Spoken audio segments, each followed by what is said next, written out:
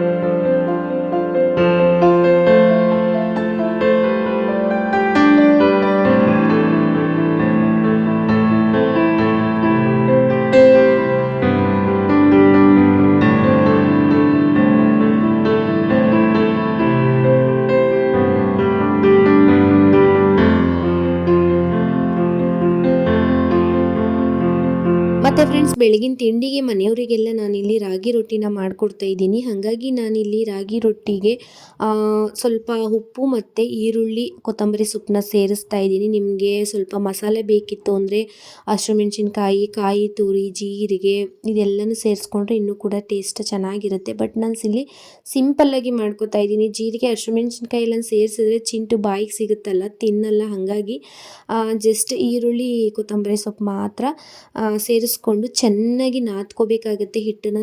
ನಾವು ಯಾವುದೇ ಒಂದು ರೊಟ್ಟಿನ ಮಾಡ್ತು ಅಂತ ಅಂದ್ರೂ ಮೊದಲಿಗೆ ನಾವು ಕಲಿಸ್ಕೋಬೇಕಾದ್ರೆ ಚೆನ್ನಾಗಿ ಹಿಟ್ಟನ್ನು ನಾದಿ ಕಲಿಸ್ಕೊಬಿಡ್ತು ಅಂತ ಅಂದರೆ ಆರಾಮಾಗಿ ರೊಟ್ಟಿನ ನಾವು ತವದ ಮೇಲೆ ಹಾಕೋಬೋದು, ಎಲ್ಲೂ ಕೂಡ ಕಿತ್ತೋಗಲ್ಲ.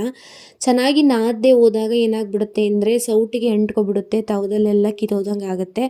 ಅದಕ್ಕೆ ರವೆ ರೊಟ್ಟಿ ಆಗಿರಲಿ, ಅಕ್ಕಿ ರೊಟ್ಟಿ ಆಗಿರಲಿ, ರಾಗಿ ರೊಟ್ಟಿ ಆಗಿರಲಿ, ಇದೇ ರೀತಿ ಮಾಡ್ಕೋಬೇಕು. ಇನ್ನೇನಾದರೂ ನೀವು ಸ್ವಲ್ಪ ಈರುಳ್ಳಿ, ಹಸಿಮೆಣಸಿನ್ಕಾಯಿ ಎಲ್ಲ ಹಾಕೋತೀನಿ ಅಂತ ಅಂದರೆ ಸಣ್ಣದಾಗಿ ಕಟ್ ಮಾಡಿಬಿಟ್ಟು ಚೆನ್ನಾಗಿ ಅದನ್ನು ಕೂಡ ಹಿಟ್ಟಿಗೆ ಸೇರಿಸಿ ನಾದ್ಕೊಂಡು ಒಂದು ಕನ್ಸಿಸ್ಟೆನ್ಸಿ ನೋಡಿಕೊಂಡು ಎಷ್ಟು ಬೇಕಷ್ಟು ನೀರನ್ನು ಹಾಕ್ಕೊಂಡು ನೀವು ರೊಟ್ಟಿನ ಮಾಡ್ಕೋಬೋದು. ನೋಡ್ತಾ ಇರ್ಬೋದು ನೀವು ರಾಗಿ ರೊಟ್ಟಿನ ನಾನು ಯಾವ ರೀತಿ ಕಲಿಸ್ಕೊಂಡೆ, ಮತ್ತು ಇಷ್ಟು ತೆಳು ಇತ್ತು ಅಂದರೆ ಸಾಕು. ನೆಕ್ಸ್ಟು ನಾನು ತವನ ಕಾಯಲಿಕ್ಕೆ ಇಟ್ಟು ಅದಕ್ಕೆ 1 ಟೇಬಲ್ ಸ್ಪೂನಷ್ಟು ಎಣ್ಣೆನ ಹಾಕ್ತೀನಿ. ಅಂದರೆ ಮೊದಲನೇ ರೊಟ್ಟಿ ಹಾಕಬೇಕಾದ್ರೆ ಮಾತ್ರ ಸ್ವಲ್ಪ ತವಕ್ಕೆ ಎಣ್ಣೆನ ಸವರ್ಕೋತೀನಿ. ಅದು ಬಿಟ್ಟು ನೆಕ್ಸ್ಟು 2ನೇ ರೊಟ್ಟಿ ಎಲ್ಲ ಮಾಡ್ಕೊಳ್ಳುವಾಗ ಎಣ್ಣೆ ಏನು ಒಂಚೂರು ಹಾಕೋದಿಲ್ಲ.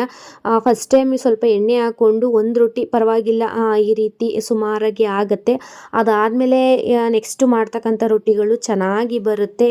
ನೀವು ಫಸ್ಟು ದೋಸೆನೋ ರೊಟ್ಟಿನೋ ಮಾಡಿದಾಗ ಸ್ವಲ್ಪ ಕಿತ್ತೋದಂಗೆ ಆಗ್ಬೋದು. ಅಂದರೆ ಸ್ವಲ್ಪ ತವ ಕಾದಿರಲ್ಲ, ಇಲ್ಲ ಅಂದರೆ ಬೇಗನೆ ಹಾಕ್ಬಿಟ್ಟಿರ್ತೀವಿ. ಆ ಥರದಲ್ಲೆಲ್ಲ ಪ್ರಾಬ್ಲಮಿಂದ ಮೊದಲನೇ ರೊಟ್ಟಿ ಅಷ್ಟು ಚೆನ್ನಾಗಿ ಬರಲ್ಲ. ಇನ್ನು 2ನೇದು 3ನೇದು ಅದಾದಮೇಲೆ ಹಾಕ್ತಕ್ಕಂಥ ರೊಟ್ಟಿಗಳೆಲ್ಲ ಚೆನ್ನಾಗಿ ಬರುತ್ತೆ. ನೋಡ್ತಾ ಇರ್ಬೋದು ನೀವು ಎಷ್ಟು ಸಿಂಪಲ್ಲಾಗಿ ಒಂದು ರಾಗಿ ರೊಟ್ಟಿನ ಮಾಡ್ಕೋಬೋದು ಅಂತ. ನನಗೆ ಬೆಳಗಿನ ತಿಂಡಿಗೆ ಎಳನೀರು ಮತ್ತು ಅದ್ರ ಗಂಜಿನ ತೊಗೊಂಡೆ, ಅಷ್ಟೇ ಸಾಕು ಅಂತ ಅನ್ನಿಸ್ತು. ಹಾಗಾಗಿ ಬೇರೇನು ತೊಗೊಳಕ್ಕೆ ಹೋಗಲಿಲ್ಲ. ಇನ್ನು ಮಧ್ಯಾಹ್ನದ ಊಟ ಮಾಡ್ಕೊಳ್ಳೋಣ ಅಂದ್ಬಿಟ್ಟು ಸುಮ್ಮನೆ ಆದೆ.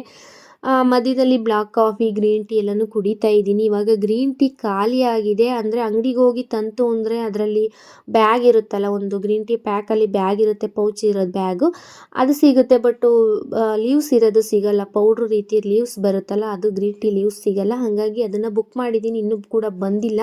ಇನ್ನೊಂದು 2 ಡೇಸಲ್ಲಿ ಬರುತ್ತೆ. ಅದಕ್ಕೆ ಗ್ರೀನ್ ಟೀಲ್ಲೂ ಕುಡಿಯೋಕ್ಕೆ ಹೋಗ್ತಾ ಇಲ್ಲ, ಖಾಲಿಯಾಗಿರೋ ಕಾರಣ. ಅದು ಬಿಟ್ಟು ಬ್ಲಾಕ್ ಕಾಫಿ ಮತ್ತು ಜೀರಾ ವಾಟರು ಇದನ್ನೆಲ್ಲ ಕುಡಿತಾ ಇದ್ದೀನಿ.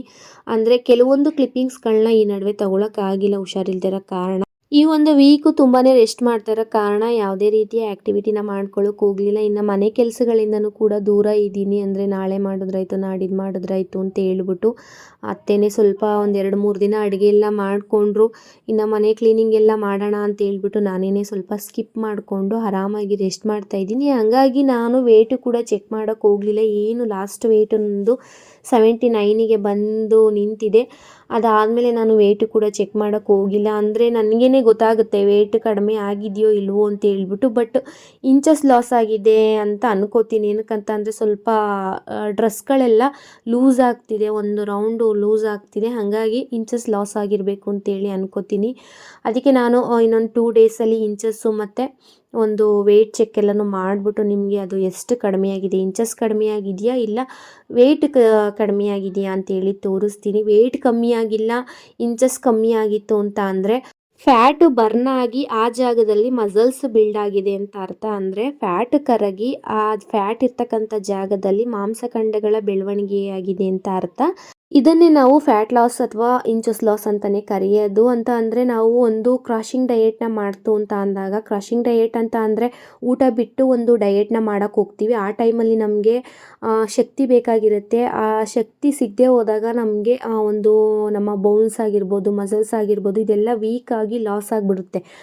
ಆಗ ನಮಗೆ ಒಂದು ವೆಯ್ಟ್ ಅನ್ನೋದು ಕಡಿಮೆ ತೋರಿಸ್ತಾ ಬರುತ್ತೆ. ನಮ್ಮ ವೆಯ್ಟ್ ಕಡಿಮೆ ಆಗುತ್ತೆ, ನಾವು ಕೂಡ ವೀಕ್ ಆಗ್ತೀವಿ.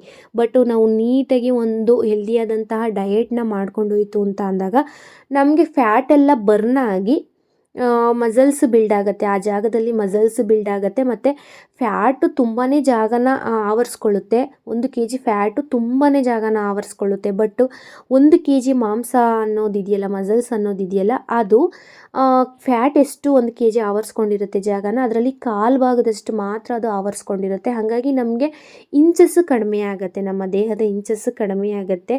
ಅದನ್ನೇ ನಾವು ಇಂಚಸ್ ಲಾಸ್ ಅಂತಲೇ ಹೇಳೋದು. ಹಾಗಾಗಿ ಕ್ರಾಶಿಂಗ್ ಡಯೆಟ್ನ ಮಾಡ್ದೇ ಹೆಲ್ದಿಯಾದಂಥ ಫುಡ್ನ ತಿನ್ಕೊಂಡು ವೆಯ್ಟ್ ಲಾಸ್ ಆಗದೇ ಇದ್ರೂ ಪರವಾಗಿಲ್ಲ, ಇಂಚಸ್ ಲಾಸ್ ಆದ್ರೂ ಕೂಡ ಬೆಟರೇ. ಫಿಟ್ಟಾಗಿ ಕಾಣಿಸ್ತೀವಿ ಮತ್ತು ಅಷ್ಟೇ ಗಟ್ಟಿಯಾಗೂ ಕೂಡ ನಾವು ಆಗ್ತೀವಿ. ಮತ್ತು ಫ್ರೆಂಡ್ಸ್, ಮಧ್ಯಾಹ್ನದ ಊಟಕ್ಕೆ ಮೊಳಕೆ ಕಾಳಿನ ಸಾಂಬಾರು, ಚಪಾತಿ, ಅದ್ರ ಜೊತೆಗೆ ಸಲಾಡ್ನ ತೊಗೊಂಡು ಊಟನ ಮುಗಿಸ್ಕೊಂಡೆ. ಅದಾದಮೇಲೆ ಮಜ್ಜಿಗೆನ ಕುಡಿದು ಸ್ವಲ್ಪ ರೆಸ್ಟ್ ಮಾಡೋಣ ಅಂತೇಳಿ ಮಲಗಿದ್ದೆದ್ಮೇಲೆ ಅಪ್ಪ ಮಗ ಇಬ್ಬರೂ ಬಂದಿದ್ದರು.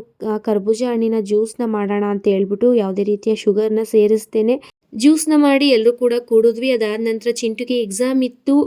ನಾನು ಸ್ವಲ್ಪ ರೆಸ್ಟ್ ಮಾಡ್ತಾರ ಕಾರಣ 2 ಡೇಸಿಂದ ಅವ್ನಿಗೆ ಯಾವುದೇ ರೀತಿಯ ಓದಿಸೋದನ್ನ ಮಾಡ್ತಿರ್ಲಿಲ್ಲ, ಅವ್ರ ಅಪ್ಪನೇ ಮಾಡ್ತಿದ್ರು. ಹಾಗಾಗಿ ಅಪ್ಪನ ಜೊತೆನೇ ಓದ್ಕೊಳ್ಳಪ್ಪ, ನಾನು ಅಡುಗೆ ಮಾಡ್ತೀನಿ ಅಂತೇಳಿ ಅವನನ್ನು ಬಿಟ್ಟು ಅದಾದ ನಂತರ ನಾನು ಅಡುಗೆ ಎಲ್ಲ ಮಾಡಿದೆ. ಅವನಿಗೂ ಕೂಡ ಊಟ ಮಾಡಿಸಿ ನನಗೆ ಸ್ವಲ್ಪ ಮಜ್ಜಿಗೆ ಅನ್ನನೋ ಮೊಸರು ಅನ್ನನೋ ತಿನ್ನಬೇಕು ಅಂತ ತುಂಬಾ ಆಸೆ ಆಗ್ತಿತ್ತು. ಹಾಗಾಗಿ ಡಯೆಟಲ್ಲಿದ್ದೀನಲ್ಲ, ಬೇಡ ಬೇಡ ಅಂತ ಅನ್ಕೋತಿದ್ದೆ. ಪರವಾಗಿಲ್ಲ, ರೆಸ್ಟ್ ಮಾಡ್ತಾ ಇದ್ದೀನಲ್ಲ, ಇವಾಗ ಸ್ವಲ್ಪ ತಿನ್ನೋಣ ಅಂತ ಹೇಳ್ಬಿಟ್ಟು ಚೂರು ರೈಸಿಗೆ ಸ್ವಲ್ಪ ಮೊಸರನ್ನ ಸೇರಿಸ್ಕೊಂಡು, ಒಗ್ಗರಣೆ ಮೊಸರಿತ್ತು ಹಾಗಾಗಿ ಸೇರಿಸ್ಕೊಂಡು ಮೊಸರು ಅನ್ನನ ತಿಂದು ನೈಟ್ ಊಟನ ಮುಗಿಸ್ಕೊಂಡೆ. ನನ್ನ ಜರ್ನಿ ವಿಡಿಯೋದಲ್ಲಿ ನಾನು ಇಂಟರ್ಮಿಟಿಂಗ್ ಫಾಸ್ಟಿಂಗ್ ಬಗ್ಗೆ ತಿಳಿಸಿದ್ದೆ. ನಾನು ಕೂಡ ಫಾಸ್ಟಿಂಗ್ ಮಾಡಿದ್ದೀನಿ, ತುಂಬಾ ವೆಯ್ಟ್ ಲಾಸ್ ಆಗುತ್ತೆ, ಅದರಿಂದ ಒಂದು ಒಳ್ಳೆ ರಿಸಲ್ಟ್ ಸಿಗುತ್ತೆ ಅಂತೆಲ್ಲ ಹೇಳಿದ್ದೆ. ನಾನು ಒಂದು ಡೇ 50 ಆದಮೇಲೆ ಒಂದು ಫಾಸ್ಟಿಂಗ್ನ ಆ್ಯಡ್ ಮಾಡ್ಕೊಳ್ಳೋಣ ನನ್ನ ಒಂದು ವೆಯ್ಟ್ ಲಾಸ್ ಜರ್ನಿಲಿ ಅಂತಲೂ ಕೂಡ ಹೇಳಿದ್ದೆ. ಅಂತ ಅಂದರೆ ವೆಯ್ಟ್ ಲಾಸ್ ಜರ್ನಿನ ಸ್ಟಾರ್ಟಿಂಗ್ ಮಾಡಿದಾಗೇ ಒಂದು ಇಂಟರ್ಮಿಟಿಂಗ್ ಫಾಸ್ಟಿಂಗ್ನು ಕೂಡ ಆ್ಯಡ್ ಮಾಡ್ಕೊಬಿಡ್ತು ಅಂತ ಅಂದರೆ ಪ್ರಾಬ್ಲಮ್ ಆಗುತ್ತೆ. ಫುಡ್ ಕಂಟ್ರೋಲಿಂಗ್ ಎಲ್ಲ ಬರಬೇಕಲ್ಲ, ಹಾಗಾಗಿ ಸುಸ್ತು ಆಯಾಸ ಆಗುತ್ತೆ. ಸ್ಟಾರ್ಟಿಂಗ್ ಡೇಸಲ್ಲೇ ಮಾಡ್ಕೋಬಾರ್ದು. ಸ್ವಲ್ಪ ಫುಡ್ಡಿಗೆಲ್ಲ ಅಡ್ಜಸ್ಟ್ ಆದಮೇಲೆ ಇಂಟರ್ಮಿಟಿಂಗ್ ಫಾಸ್ಟಿಂಗ್ನ ಮಾಡ್ಕೊತು ಅಂದರೆ ಆರಾಮಾಗಿ ವೆಯ್ಟ್ ಲಾಸ್ ಮಾಡ್ಕೋಬೋದು ಅಂತಲೂ ಕೂಡ ಹೇಳಿದ್ದೆ. ಇನ್ನು ಮುಂದಿನ ದಿನಗಳಲ್ಲಿ ಇಂಟರ್ಮಿಟಿಂಗ್ ಫಾಸ್ಟಿಂಗ್ ಬಗ್ಗೆ ತಿಳಿಸ್ತೀನಿ ನಾನು ಯಾವ ರೀತಿ ಮಾಡ್ಕೋತಿದ್ದೀನಿ ಅಂತ ಹೇಳ್ತಾ ಫ್ರೆಂಡ್ಸ್, ಇಲ್ಲಿಗೆ ನನ್ನ ಡೇ 54ನ ವೀಡಿಯೋನ ಮುಗಿಸ್ಕೊತಾ ಇದ್ದೀನಿ. ಯಾರೆಲ್ಲ ಕೊನೆವರೆಗೂ ವೀಡಿಯೋನ ನೋಡಿದ್ರಿ ಎಲ್ರಿಗೂ ಕೂಡ ಥ್ಯಾಂಕ್ಸ್ನ ತಿಳಿಸ್ತಾ, ಹಾಗೆಯೇ ನಾಳಿನ ವೀಡಿಯೋದಲ್ಲಿ ಸಿಗೋಣ friends. Bye and good night.